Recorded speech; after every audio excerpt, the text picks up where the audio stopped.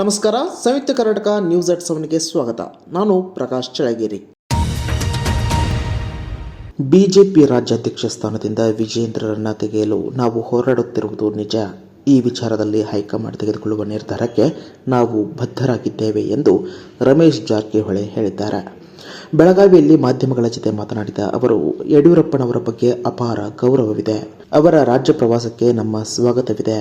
ಆದರೆ ಮಗನ ಸ್ಥಾನ ಭದ್ರಪಡಿಸಲು ಅಥವಾ ಪಕ್ಷ ಭದ್ರಪಡಿಸಲು ಎಂಬುದನ್ನು ಸ್ಪಷ್ಟಪಡಿಸಬೇಕು. ಪದೇ ಪದೇ ಹೈಕಮಾಂಡ್ ಬ್ಲ್ಯಾಕ್ಮೇಲ್ ಮಾಡಬೇಡಿ. ನಿಮಗೆ ವಯಸ್ಸಾಗಿದೆ. ಪಕ್ಷ ನಿಮಗೆ ಎಲ್ಲವನ್ನೂ ಕೊಟ್ಟಿದೆ. ವಿಜೇಂದ್ರನ್ನ ಬೆನ್ನು ಹತ್ತಿದರೆ ನೀವು ಹಾಳಾಗುತ್ತೀರಿ. ದಯವಿಟ್ಟು ಮಗ ಅಂತ ನೋಡಬೇಡಿ. ಫೇಲ್ ಆಗಿರುವ ಅಧ್ಯಕ್ಷನ ಬಿಟ್ಟು ಹೈಕಮಾಂಡ್ಗೆ ಮನವರಿಕೆ ಮಾಡಿಕೊಟ್ಟು ಹೊಸ ಅಧ್ಯಕ್ಷರನ್ನ ಮಾಡಲು ನೀವು ಸಹಕಾರ ಕೊಡಿ ಎಂದರು. ಅವರು ರಾಜ್ಯ ಪ್ರವಾಸ ಮಾಡೋದು ಸ್ವಾಗತ. ಅವ್ರು ಯಾಕೆ ಟೂರ್ ಮಾಡೋದು ಒಂದು ಮೊದಲು ಕ್ಲಿಯರ್ ಮಾಡಕ್ಕೆ ಅವರು ಮಗನ ಭದ್ರ ಮಾಡಕ್ಕೆ ಆಡತ್ತಾರೋ ಪಕ್ಷ ಭದ್ರ ಮಾಡತ್ತಾರೋ ಅವ್ರು ಕ್ಲಿಯರ್ ಮಾಡಬೇಕು.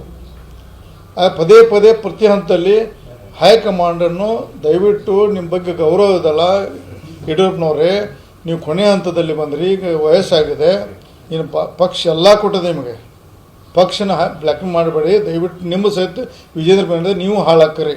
ನಾನು ಮಾಧ್ಯಮ ಮುಖಾಂತರ ಮನವಿ ಮಾಡ್ಕೋತೀನಿ, ದಯವಿಟ್ಟು ಮಗನಾಗಿ ನೋಡಬೇಡ್ರಿ. ಒಬ್ಬ ಫೇಲ್ ಆದಂಥ ಅಧ್ಯಕ್ಷ ತಿಳ್ಕೊಂಡು ದಯವಿಟ್ಟು ಹೈಕಮಾಂಡ್ ಕನ್ವಿನ್ಸ್ ಮಾಡಿ ಹೊಸ ಅಧ್ಯಕ್ಷ ಮಾಡೋಕ್ಕೆ ನೀವು ಸಹಕಾರ ಕೊಡಿ. ನಿಮ್ಮ ಕೊಡುಗೆ ಭಾಳ ಇದೆ, ಅಪಾರದ ಕೊಡುಗೆ ಇದೆ. ವಿಜೇಂದ್ರ ಬೆನ್ನತ್ತೆ ನೀವು ಹಾಳಾಕ್ರಿ. ಇನ್ನು ಈ ಕುರಿತಂತೆ ಕೊಪ್ಪಳದಲ್ಲಿ ಮಾತನಾಡಿದ ಬಿಜೆಪಿ ರಾಜ್ಯಾಧ್ಯಕ್ಷ ವಿಜೇಂದ್ರ, ರಮೇಶ್ ಜಾರಕಿಹೊಳಿ ಎಚ್ಚರಿಕೆಯಿಂದ ಮಾತನಾಡಬೇಕು. ರಾಜ್ಯದಲ್ಲಿ ಯಡಿಯೂರಪ್ಪ ಹಳ್ಳಿ ಅಡ್ಡಾಡಿ ಪಕ್ಷ ಕಟ್ಟಿದ್ದಾರೆ. ರಮೇಶ್ ಜಾರಕಿಹೊಳಿ ಇದೀಗ ಪಕ್ಷಕ್ಕೆ ಬಂದಿದ್ದಾರೆ. ಅವರು ನಾಲಿಗೆ ಹಿಡಿತದಲ್ಲಿಟ್ಟುಕೊಂಡು ಮಾತನಾಡಬೇಕು. ಅವರಿಗೆ ಸಮಸ್ಯೆ ಇದ್ದರೆ ಹೈಕಮಾಂಡ್ ಜೊತೆ ಮಾತನಾಡಲಿ. ಹೀಗೆ ಬಹಿರಂಗವಾಗಿ ಮಾತನಾಡುವುದು ಸರಿಯಲ್ಲ ಎಂದರು. ರಮೇಶ್ ಜಾರಕಿಹೊಳಿ ಅವರು ಎಚ್ಚರಿಕೆಯಿಂದ ಮಾತನಾಡಬೇಕು. ಯಡಿಯೂರಪ್ಪನವರು ರಾಜ್ಯ ಕಂಡಂತ ಅಪ್ರತಿಮ ಹೋರಾಟಗಾರ.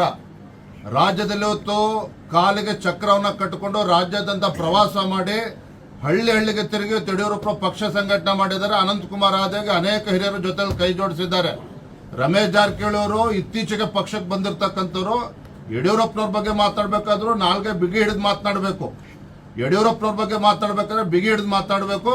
ನಾನು ಇವತ್ತು ರಾಜ್ಯದ ಅಧ್ಯಕ್ಷ ಇದ್ದೇನೆ, ಅವ್ರು ಏನೇ ಸಮಸ್ಯೆ ಇದ್ರು ಕೂಡ ದೆಹಲಿ ಮಟ್ಟದಲ್ಲಿ ಮಾತನಾಡಲಿ. ಅದ್ರ ಬದಲು ಪತ್ರಿಕೆಗಳ ಮುಂದೆ ಕೂತ್ಕೊಂಡು ಯಡಿಯೂರಪ್ಪನವ್ರ ಬಗ್ಗೆ ಮಾತನಾಡಿದ್ರೆ ರಾಜ್ಯದಲ್ಲಿ ಲಕ್ಷಾಂತರ ಕಾರ್ಯಕರ್ತರ ಮನಸ್ಸಿಗೂ ಕೂಡ ನೋವಾಗ್ತದೆ, ಅವ್ರು ಓಡಾಡೋದಕ್ಕೂ ಕೂಡ ಕಷ್ಟ ಆಗ್ತದೆ. ಜಾತಿ ಗಣತಿ ವರದಿಯಲ್ಲಿರುವ ಅಂಕಿ ಅಂಶ ಇನ್ನೂ ಸಾರ್ವಜನಿಕವಾಗದೇ ಇದ್ದು, ಈಗ ಕೇಳಿ ಬರುತ್ತಿರುವ ವಿಚಾರಗಳು ಬರೀ ಊಹಾಪೋಹಗಳಾಗಿರುವುದರಿಂದ ಈ ವಿಚಾರದ ಬಗ್ಗೆ ವಿರೋಧ ಅನಾವಶ್ಯಕ ಎಂದು ಮುಖ್ಯಮಂತ್ರಿ ಸಿದ್ದರಾಮಯ್ಯ ಹೇಳಿದ್ದಾರೆ. ದೆಹಲಿಯಲ್ಲಿ ಮಾಧ್ಯಮಗಳಿಗೆ ಪ್ರತಿಕ್ರಿಯೆ ನೀಡಿದ ಅವರು, ನಾಳೆ ನಡೆಯುವ ಸಂಪುಟ ಸಭೆಯಲ್ಲಿ ಜಾತಿ ಗಣತಿ ವರದಿಯ ವಿಷಯವನ್ನು ಮಂಡಿಸಲಾಗುವುದಿಲ್ಲ. ಮುಂದಿನ ಸಂಪುಟ ಸಭೆಯಲ್ಲಿ ವಿಷಯ ಮಂಡಿಸಿ ಸೂಕ್ತ ತೀರ್ಮಾನ ಕೈಗೊಳ್ಳಲಾಗುವುದು ಎಂದರು. ವಿರೋಧ ವ್ಯಕ್ತಪಡಿಸಲಿಕ್ಕೆ ಈಗ ಕ್ಯಾಬಿನೆಟ್ ನಲ್ಲಿ ಇನ್ನೂ ಚರ್ಚೆನೇ ಆಗಿಲ್ವಲ್ಲ, ಅದು it is not open to the public at all. Open ಆಗಿದೆ ಇಲ್ಲಿವರೆಗೆ, ನನಗೆ ಗೊತ್ತಿಲ್ಲ ಅದ್ರಲ್ಲಿ ಏನಿದೆ ಅಂತ. ಚರ್ಚೆ ನಡೀತಿದೆಯಲ್ಲ ಸರ್, ಸಮುದಾಯವಾರು ಚರ್ಚೆಗಳು ಚರ್ಚೆ ಊಹಾಪೋಹಗಳು ಅಷ್ಟೇ. ಅಂಕಿಅಂಶ ಬಂದಿದೆ, ಯಾವ ಅಂಕಿಅಂಶನೂ ಬಂದಿಲ್ಲ. ಕ್ಯಾಬಿನೆಟ್ ನಲ್ಲಿ ಚರ್ಚೆ ಆದ್ಮೇಲೆ ಎಲ್ಲರ ಅಭಿಪ್ರಾಯ ತಗೊಂಡು ಏನ್ ಮಾಡಬೇಕು ಅಂತ ಯೋಚನೆ ಮಾಡ್ತೀವಿ. ಹುಬ್ಬಳ್ಳಿ ಧಾರವಾಡ ಪೊಲೀಸ್ ಕಮಿಷನರೇಟ್ ವ್ಯಾಪ್ತಿಯಲ್ಲಿ ನಿರಂತರ ಅಪರಾಧ ಕೃತ್ಯಗಳಲ್ಲಿ ಭಾಗವಹಿಸುತ್ತಿದ್ದ 45 ಅಪರಾಧಿಗಳನ್ನು 6 ತಿಂಗಳು ಗಡೀಪಾರು ಮಾಡಲಾಗಿದೆ ಎಂದು ಪೊಲೀಸ್ ಆಯುಕ್ತ ಎನ್ ಶಶಿಕುಮಾರ್ ತಿಳಿಸಿದರು. ಹುಬ್ಬಳ್ಳಿಯಲ್ಲಿ ಸುದ್ದಿಗೋಷ್ಠಿಯಲ್ಲಿ ಮಾಹಿತಿ ನೀಡಿದ ಅವರು, ಗಡೀಪಾರು ಅಪರಾಧಿಗಳು ಕೊಲೆ ಯತ್ನ, ದರೋಡೆ, ಹಲ್ಲೆಗಳಂತಹ ಪ್ರಕರಣದಲ್ಲಿ ಭಾಗಿಯಾಗಿದ್ದಾರೆ ಎಂದರು. ಸಾಮಾನ್ಯವಾಗಿ ಚುನಾವಣೆ, ಗಲಭೆಗಳಂತಹ ಪ್ರಕರಣ ನಡೆದಾಗ ಗಡೀಪಾರು ಮಾಡಲಾಗುತ್ತಿತ್ತು. ಈಗ ಅವಳಿ ನಗರದಲ್ಲಿ ಕಾನೂನು ಸುವ್ಯವಸ್ಥೆ ಹಾಗೂ ಅಪರಾಧ ತಡೆಯುವ ಉದ್ದೇಶದಿಂದ ಮಾಡಲಾಗುತ್ತಿದೆ. ಆದ್ದರಿಂದ ಗಡೀಪಾರು ಮಾಡುವ ಮೂಲಕ ಅಗತ್ಯ ಕಾನೂನು ಕ್ರಮ ಕೈಗೊಳ್ಳಲಾಗುತ್ತಿದೆ ಎಂದು ತಿಳಿಸಿದರು.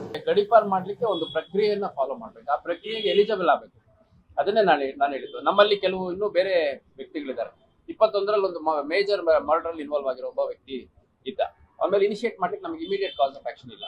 ಸೊ ಅಂತವ್ರು ಯಾರಿದ್ದಾರೆ ಅಂತವ್ರನ್ನ ವಾಚ್ ಮಾಡ್ತಿದ್ದೀವಿ. ಕಾಸ್ ಆಫ್ ಆಕ್ಷನ್ ಸಿಕ್ಕಂತ ಸಂದರ್ಭದಲ್ಲಿ ಖಂಡಿತವಾಗಿ ಅವ್ರ ಮೇಲೆ ಕೂಡ ಅಗತ್ಯ ಕಾನೂನು ಕ್ರಮ ಕೈಗೊಳ್ಳಲಾಗಿದೆ.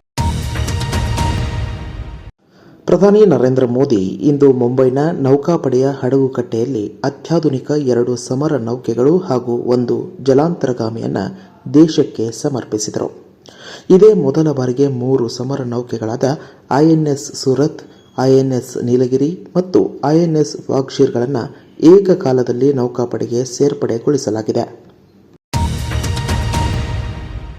ರಾಷ್ಟ್ರ ರಾಜಧಾನಿಯಲ್ಲಿ ನೂತನವಾಗಿ ನಿರ್ಮಾಣಗೊಂಡಿರುವ ಕಾಂಗ್ರೆಸ್ ಪಕ್ಷದ ಪ್ರಧಾನ ಕಚೇರಿ ಇಂದಿರಾ ಭವನ್ ಅನ್ನು ಕಾಂಗ್ರೆಸ್ ಸಂಸದೀಯ ಪಕ್ಷದ ಅಧ್ಯಕ್ಷೆ ಸೋನಿಯಾ ಗಾಂಧಿ ಉದ್ಘಾಟಿಸಿದರು. ಕಾರ್ಯಕ್ರಮದಲ್ಲಿ ಹಿರಿಯ ಕಾಂಗ್ರೆಸ್ ನಾಯಕರು ಮತ್ತು ಪಕ್ಷದ ಕಾರ್ಯಕರ್ತರು ಭಾಗವಹಿಸಿದ್ದರು.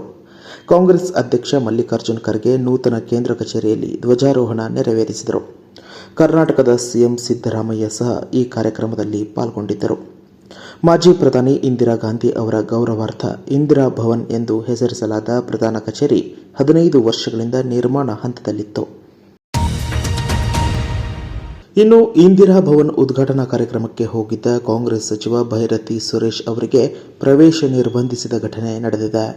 ಪಾಸ್ ಇಲ್ಲ ಎನ್ನುವ ಕಾರಣಕ್ಕೆ ಭೈರತಿ ಸುರೇಶ್ ಅವರನ್ನ ಅಲ್ಲಿನ ಸಿಬ್ಬಂದಿ ತಡೆದಿದ್ದಾರೆ ಎಂದು ಹೇಳಲಾಗಿದ್ದು, ಈ ವಿಡಿಯೋ ಸಾಮಾಜಿಕ ಜಾಲತಾಣದಲ್ಲಿ ವೈರಲ್ ಆಗಿತ್ತು.